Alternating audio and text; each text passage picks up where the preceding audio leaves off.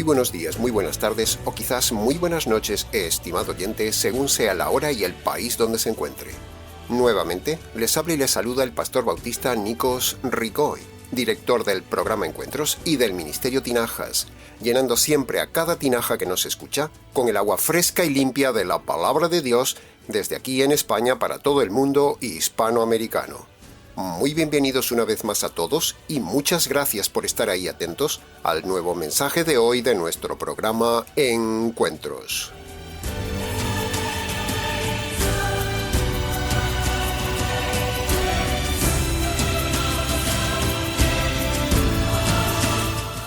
Saludos cordiales, estimado oyente, desde el equipo de trabajo que elabora cada semana este programa para usted.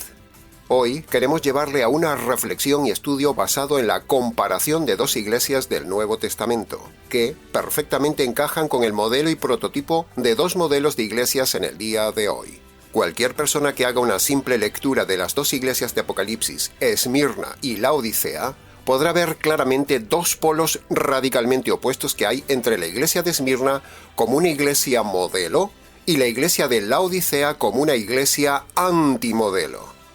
Un sencillo estudio comparativo de estas dos iglesias del siglo I nos llevará a nuestro siglo XXI a ver la asombrosa similitud que hay entre aquellas iglesias con las iglesias del día de hoy. Así que, planteado el tema y como el tiempo corre, ganémosle tiempo al tiempo y entremos en el estudio comparativo entre estas dos iglesias de donde sacaremos la enseñanza de hoy.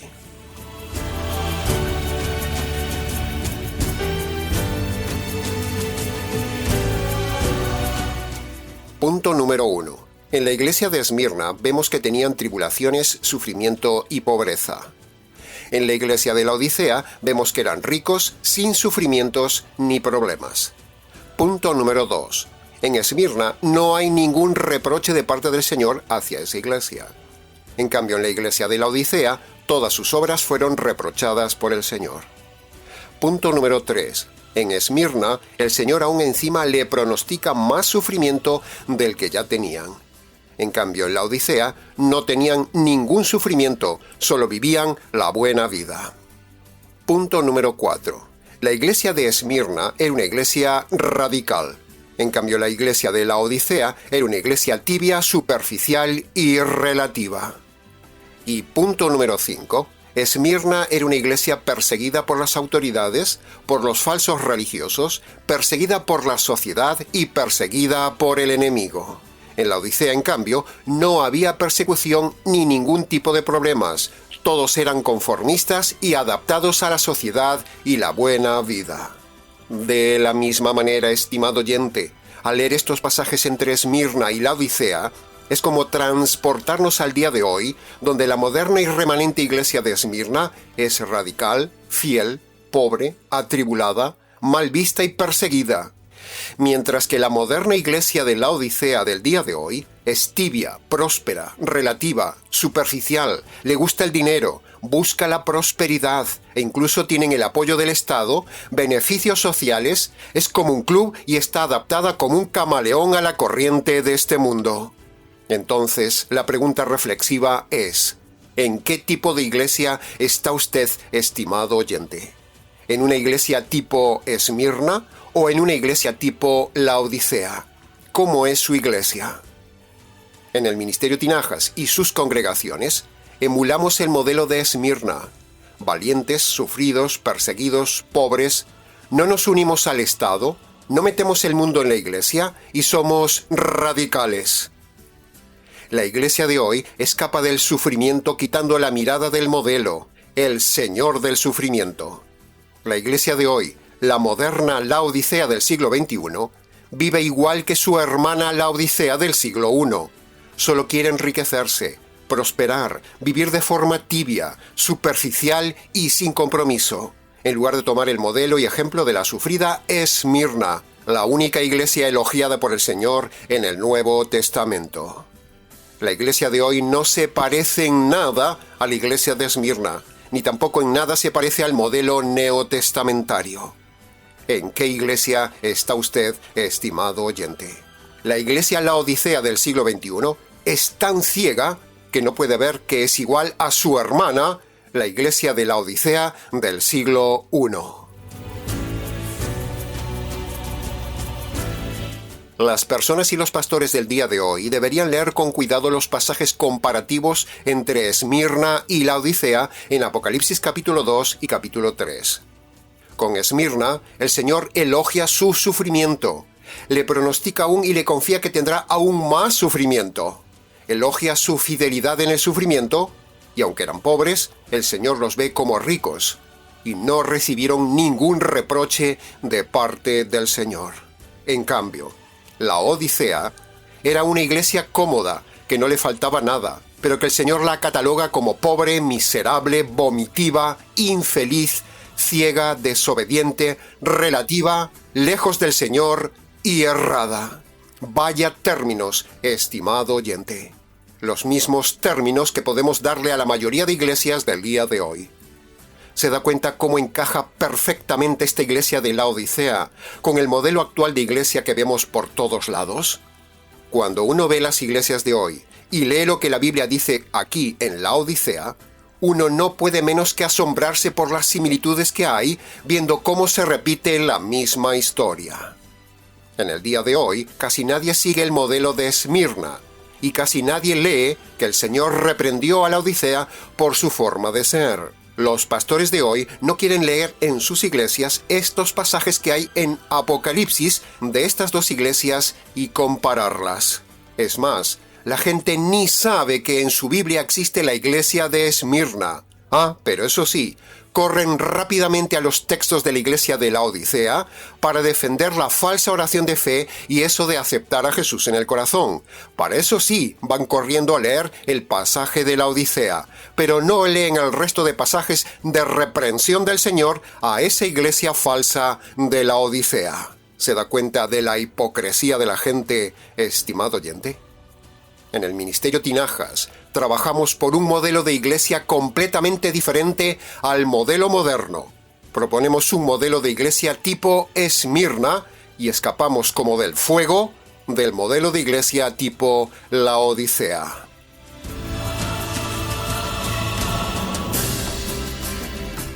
El sufrimiento y la enfermedad son inherentes a la vida, pero con una diferencia, estimado oyente. Punto número 1. El sufrimiento, pobreza y enfermedad en la vida cristiana son para probar la fe. Segundo, el sufrimiento, pobreza y enfermedad en la vida del inconverso son para llamar su atención y para que busque a Dios por medio del Evangelio.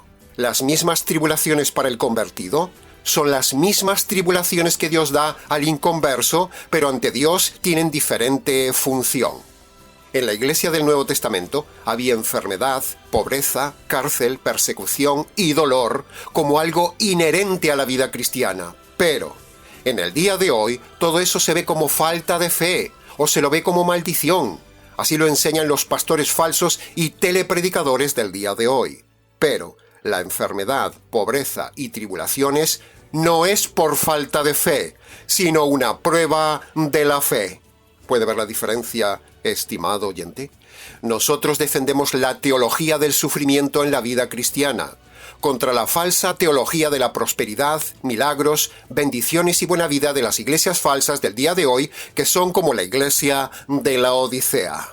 Para defender nuestra tesis del tema del sufrimiento en el cristiano como una prueba de fe y madurez, y no como falta de fe, veamos a continuación los siguientes pasajes que demuestran nuestra tesis y derriban la teología modernista de la prosperidad. Punto número 1. En el segundo libro de los Reyes, capítulo 13, versículo 14, dice que el profeta Eliseo, un grandísimo profeta de fe y obras ante Dios, sin embargo muere de enfermedad. ¿Qué pasó con Eliseo, estimado pastor de la prosperidad? ¿Se le había acabado la fe a Eliseo al final de sus días? ¿Había pecado el profeta tan terriblemente ante Dios que Dios lo castigó con muerte por enfermedad? ¿Qué dicen ante este caso los profetas modernos y telepredicadores acerca de este profeta? ¿Cómo puede ser que un profeta de Dios como Eliseo muera de enfermedad? Pero, según la doctrina de los pentecostales y los de la prosperidad del día de hoy, dirían que el profeta cayó en pecado y Dios lo castigó con la muerte. Menudos falsos manipuladores. Punto número 2. ¿Y qué diremos del caso de Job, cuando Dios lo probó con enfermedad y desgracias? ¿Estaba Job andando en pecado? La Biblia dice que no, al contrario. La Biblia dice que tenía temor de Dios y ofrecía sacrificios a Yahvé. Pero, ¿qué dirían los necios pentecostales y los falsos telepredicadores modernos de la prosperidad en el caso del justo Job? Pero de eso no hablan.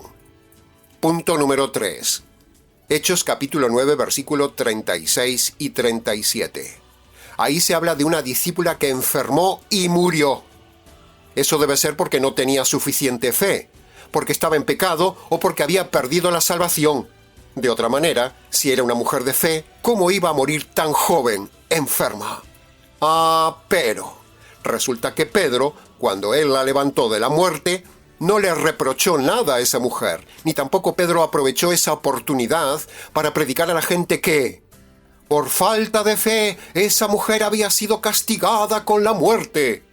¿Se da cuenta de la falta de estudio y el ridículo de los pentecostales y del movimiento de fe? Los del movimiento de fe son una degeneración de la fe. Es una fe falsa. Punto número 4. Gálatas capítulo 4, versículo 13, es una bofetada para los telepentecostales del día de hoy de los milagros, para los del movimiento de fe y para los engañadores de la teología de la prosperidad. Ahí vemos nada menos que al apóstol Pablo enfermo, señores. Sí, ha oído bien, Pablo estaba enfermo. Nos preguntamos, ¿pero cómo puede ser eso? ¿Nada menos que el apóstol Pablo estaba enfermo? ¿Pero cómo? ¿Se le habrá acabado la fe a Pablo? ¿Estaba Pablo en pecado? ¿Dios lo estaba castigando por no diezmar? Saque sus propias conclusiones, estimado oyente, aunque estamos aquí para ayudarle con las conclusiones. Primero, ridiculizar la falsa doctrina de sanidad, prosperidad, movimiento de fe, milagros y todo ese circo. Y segunda conclusión es que la enfermedad de un verdadero convertido como Pablo es mandada por Dios para pulir el carácter, probar la fe y premiar al convertido en el reino. Pero no tiene nada que ver con la falta de fe, como dicen los falsos predicadores del día de hoy. Incluso, como todos sabemos, Pablo oró intensamente al Señor para que le quitase la enfermedad y el Señor se lo negó. ¿Qué pasa? ¿Pablo no tenía fe? Todo esto es una bofetada al movimiento de la fe de los de la prosperidad, milagros y a todos los ladrones y mentirosos telepredicadores del día de hoy. Son una mafia. La enfermedad no es por falta de fe, estimado oyente, sino que la enfermedad es para llamar la atención al inconverso, para que vea la fragilidad de la vida y para que se prepare para la muerte. Y como dijimos, para el convertido, para madurarlo, para probar su fe y para premiarlo un día en la eternidad. Para eso es la enfermedad y las tribulaciones. Punto número 5. Primera de Timoteo capítulo 5 versículo 23. En este pasaje, si fuéramos pentecostales, veríamos tres cosas. Primero veríamos que Timoteo no tenía fe, por eso estaba con frecuentes enfermedades. Segundo, veríamos que Pablo había perdido los poderes de hacer milagros. Y tercero, veríamos que Pablo no tenía fe en el nombre de Jesús. O no gritaba suficientemente fuerte, «En el nombre de Jesús yo declaro que Timoteo sea sanado». ¿Se da cuenta de la ridiculez, estimado oyente? Pablo no necesitaba gritar para sanar a su mayor discípulo, Timoteo. Estas son las conclusiones ridículas que sacaríamos si fuéramos pentecostales. Pero, si lo vemos con la ecuanimidad de la armonía bíblica, vemos que los convertidos fieles también pueden tener enfermedades permitidas y mandadas por Dios para trabajar su carácter y probar su fe, como ya lo hemos dicho. Así que, la doctrina de la prosperidad y milagros es una doctrina de demonios. ¿Por qué Pablo no hizo un milagro con Timoteo? ¿Por qué las oraciones de Timoteo y Pablo no fueron escuchadas en sus enfermedades? ¿Por qué Lucas, el médico, no pudo curarlos? ¿El joven Timoteo se había ido al mundo y había perdido la fe? En fin, estimado oyente, con estas y muchas preguntas más, nos reímos con la risa de Elías en la cara de estos falsos predicadores y pastores milagreros modernos del día de hoy. Punto número 6. En 2 de Timoteo capítulo 4 versículo 20 tenemos a Trófimo, ayudante de Pablo, también enfermo. En Filipenses capítulo 2 versículo 26 y 27 tenemos el caso de Epafrodito. O sea, en estos pasajes tenemos dos ejemplos exactamente igual que en el caso de Timoteo. Punto número 7. Mateo capítulo 8 versículo 20. Vemos que el propio líder del cristianismo, el Señor Jesús, no tenía donde reclinar la cabeza, o sea, era pobre. ¿Puede usted entender que Jesús sea pobre y sin embargo sus discípulos del siglo XXI quieren ser ricos como los engañados de la Odisea? ¿Se da cuenta de la incongruencia del tema, estimado oyente? Y para acabar este bloque con el que derribamos el argumento pentecostal de la enfermedad como castigo, recordemos Isaías capítulo 53 versículo 4, donde dice el texto que Jesús llevó nuestras enfermedades. Ese pasaje se ha manipulado infinidad de veces por los pentecostales y los del movimiento de fe ante la gente ignorante. Ahí no se refiere a las enfermedades físicas del hombre, estimado oyente, no, sino que Isaías capítulo 53 versículo 4 está hablando de que Cristo llevó las enfermedades del alma del hombre, que son los pecados.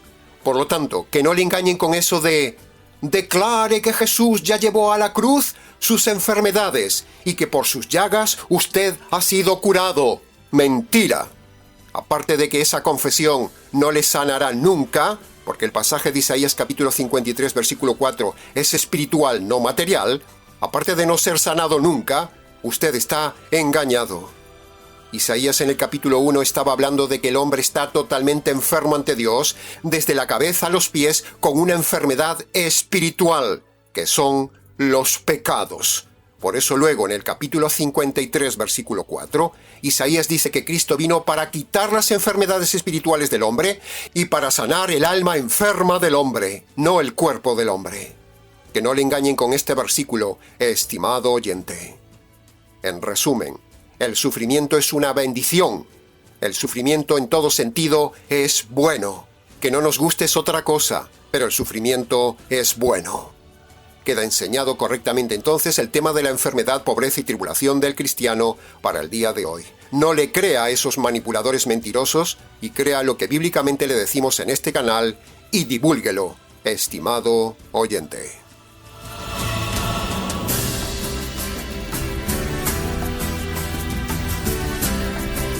Los predicadores de la prosperidad dicen que Dios quiere que seamos ricos materialmente y prosperados en todo. Pero el apóstol Pablo dijo que los que quieren enriquecerse han caído en tentaciones y codicia.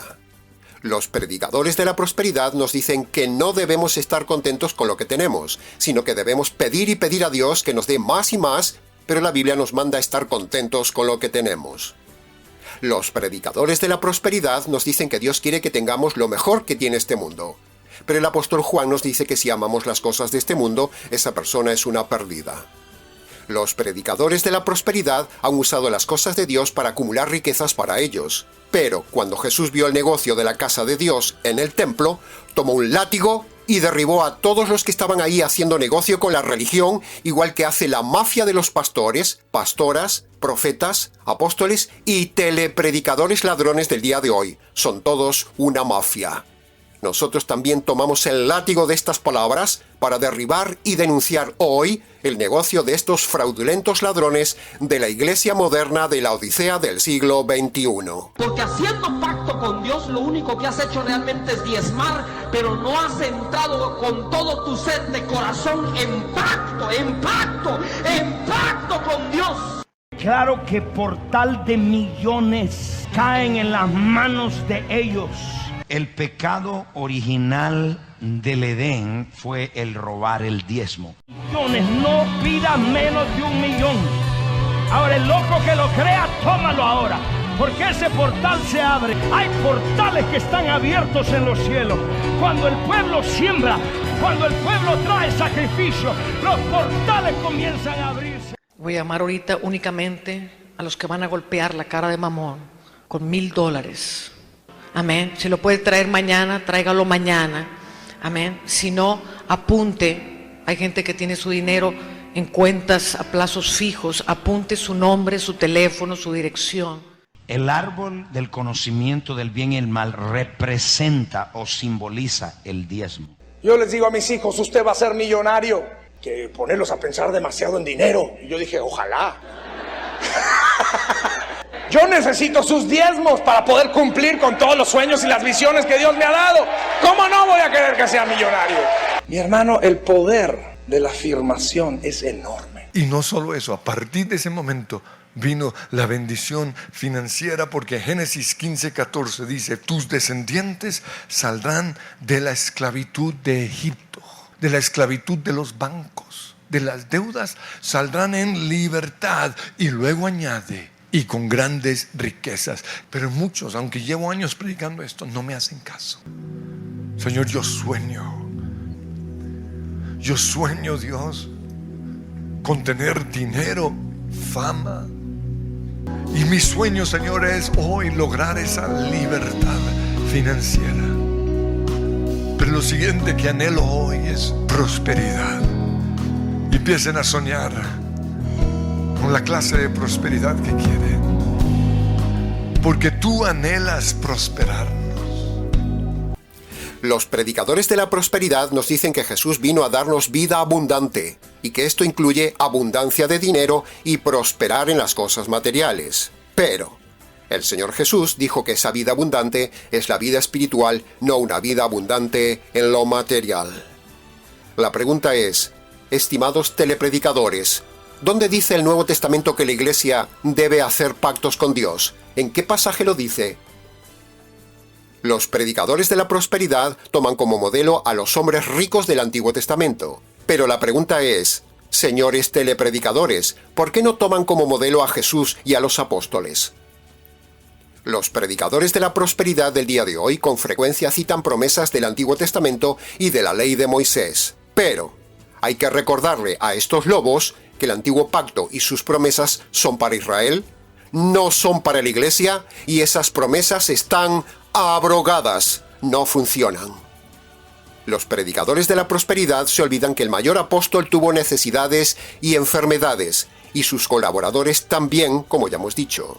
Por lo tanto, no era por falta de fe, sino que ellos estaban siendo probados en su fe. Los predicadores de la prosperidad se olvidan de leer los versículos donde los cristianos tienen pruebas, aflicciones, enfermedades, persecución, cruz, dolores, pasan injusticias, pobreza y momentos duros en la vida enviados por Dios para probar su fe. Y los predicadores de la prosperidad leen en la Biblia solo lo que quieren, pero no ven que el mismo Señor Jesús y el mismo Pablo no andaban predicando nunca de prosperidad ni andaban en prosperidad. Así que, jaque a los argumentos del movimiento de fe.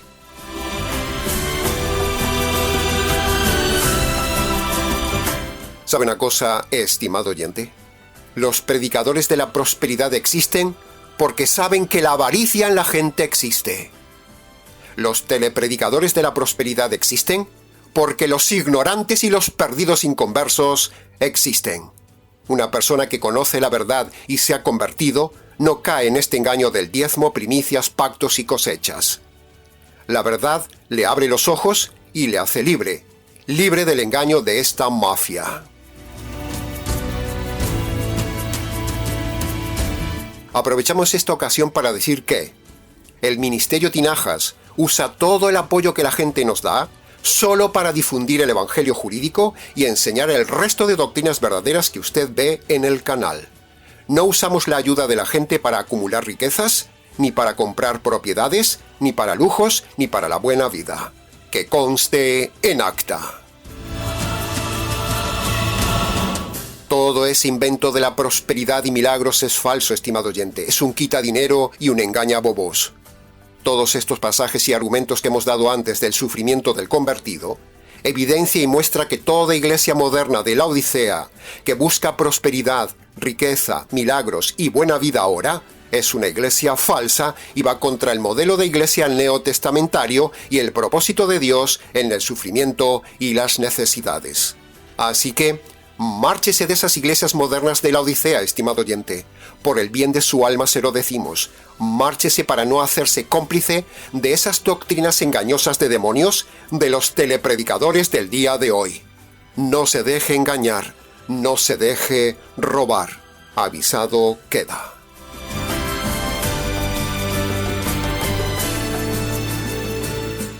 Ahora, por otro lado, escuche con atención este argumento que vamos a darle. Dios nunca haría ni hará milagros en esas iglesias modernas de la Odisea del día de hoy por una sencilla razón. Porque en todas esas iglesias de la Odisea de hoy hay mala doctrina, mala conducta pastoral y hay avaricia. Así que si Dios hiciera un milagro en alguna de esas iglesias falsas, Dios estaría apoyando esa mentira y entonces estaría engañando a la gente, porque al hacer un milagro en un lugar falso es como si les confirmara que están en un lugar correcto, cuando en realidad ese lugar tiene doctrina de demonios y milagros del diablo. ¿Se da cuenta de este argumento, estimado oyente? Por otro lado, preguntamos a todos esos de la prosperidad y milagros: ¿cómo sabe usted y cómo demuestra usted que ese supuesto milagro ha sido de Dios? A ver, ¿cómo lo demuestra? Usted dice que es un milagro de Dios, pero nosotros decimos que no es de Dios. A ver, ¿cómo me demuestra usted que ese milagro es de Dios? Donde hay mala doctrina, allí no está Dios, ni hay milagros de Dios. Que le quede bien claro, estimado oyente. En esos lugares está el otro Dios, el Dios de este mundo que tiene poderes para dar bendiciones a sus engañados haciéndose pasar por Dios. Escuche bien esto, el diablo también da bendiciones. Por lo tanto, volvemos a la pregunta reflexiva inicial. ¿En qué tipo de iglesia está usted, estimado oyente? ¿En una iglesia tipo Esmirna? ¿O está usted en una falsa iglesia de milagros, prosperidad y sanidades?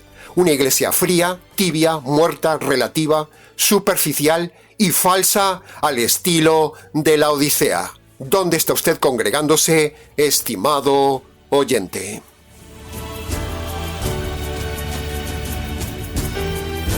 La Odisea en Apocalipsis capítulo 3 no solo es un espejo contra las iglesias falsas pentecostales de la prosperidad y el movimiento de fe de hoy, no, sino que la Odisea es también un espejo contra las iglesias tradicionales. Sí, ha oído bien. Iglesias sin vida, iglesias como témpanos de hielo, iglesias tibias, superficiales, sin compromiso y sin radicalidad.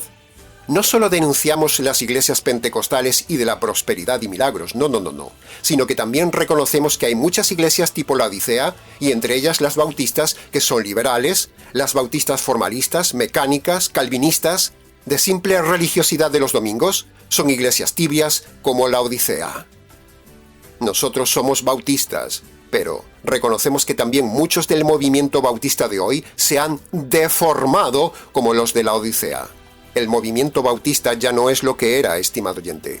El movimiento bautista era como los de Esmirna en su día, pero ahora muchos bautistas se han convertido en Judas, o se han vendido como los de la Odisea. Son liberales, tibios, superficiales, ricos, relativos, aceptan el divorcio, el recasamiento del divorciado, la música moderna, la mujer predicando, la oración de fe y más cosas vomitivas que hay también en las iglesias bautistas del día de hoy, y eso lo han visto nuestros ojos. Y ni qué decir de los bautistas que se han deformado haciéndose calvinistas.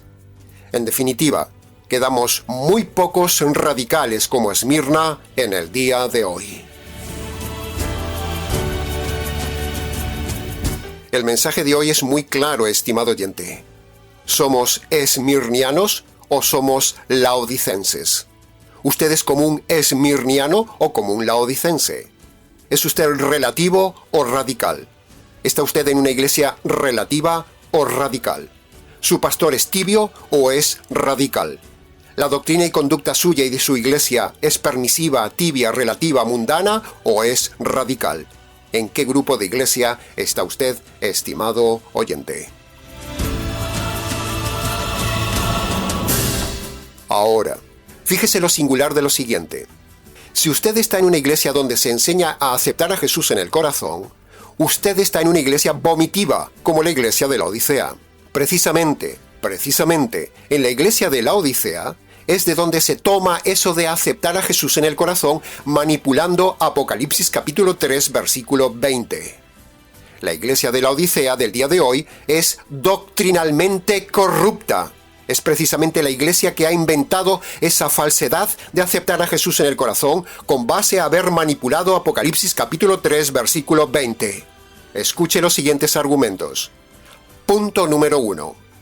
Si se fija bien en el texto, ahí no habla nada de aceptar, ni habla nada de corazón, ni habla nada de repetir una oración. Esas palabras son añadidura por parte de los pastores falsos del día de hoy. Punto número 2. Jesús está hablando esas palabras a gente ya convertida. Se lo repito, Jesús está hablando esas palabras a gente ya convertida. No dice esas palabras para que se conviertan. ¿Ve la diferencia y cómo se manipula el texto ante la gente? Punto número 3. Jesús tiene un cuerpo y Jesús no puede meterse dentro del cuerpo de nadie. Por eso es falso eso de aceptar a Jesús en el corazón. El que se mete dentro del creyente es el Espíritu Santo cuando la gente se convierte por medio del Evangelio, no de una oración de fe o aceptando a Jesús en el corazón. Eso es falso. Punto número 4.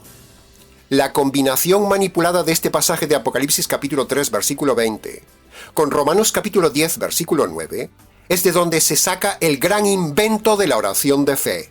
Pero no existe teológicamente hablando tal cosa como aceptar a Jesús en el corazón en toda la Biblia. Punto número 5. Si la oración de fe y aceptar a Jesús en el corazón es un fraude espiritual, entonces, ¿por qué tiene tanta difusión? Pues sencillo, estimado oyente. Cuando se repite muchas veces una mentira, acaba siendo creída como verdad. Por eso todo el mundo habla de aceptar a Jesús en el corazón, pero eso es falso. Punto número 6. Si usted ha hecho la oración de fe con eso de aceptar a Jesús en el corazón, primero, le han engañado. Segundo, eso no le salva.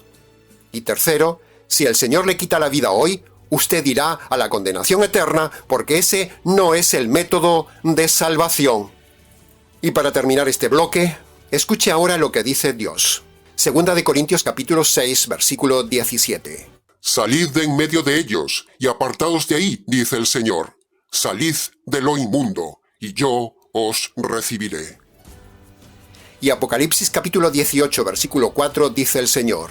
Salid de ahí, pueblo mío, para que no seáis cómplices de sus pecados, ni recibáis parte de sus castigos.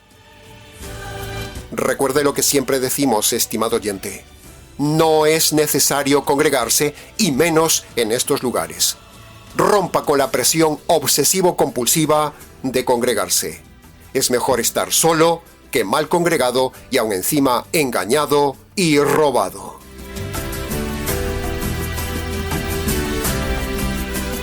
Esmirna representa la iglesia verdadera, fiel y radical del día de hoy. La Odisea representa la iglesia falsa, materialista y relativista del día de hoy. ¿En qué iglesia está usted, estimado oyente? Queremos animarle a abandonar ese mundo religioso, materialista, tibio y vomitivo, tipo iglesia de la Odisea del día de hoy, y que usted se convierta en un radical esmirniano por medio del evangelio radical y jurídico.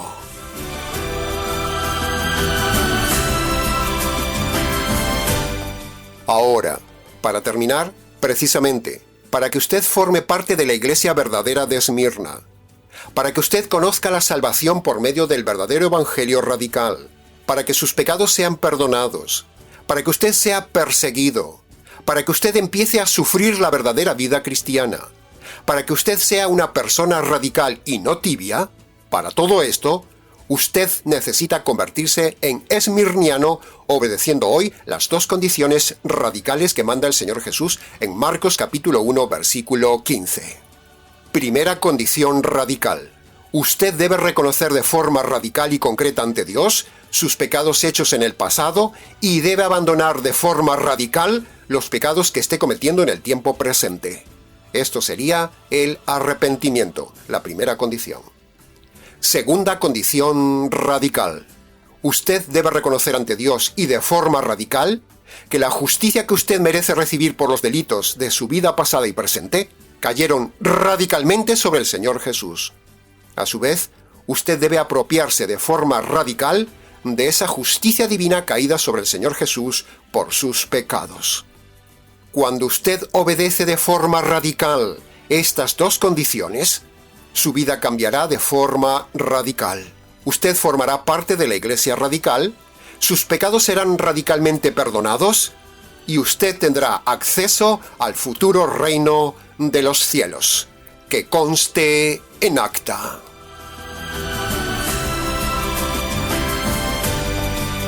Y hasta aquí, estimado oyente, con el nuevo mensaje del día de hoy.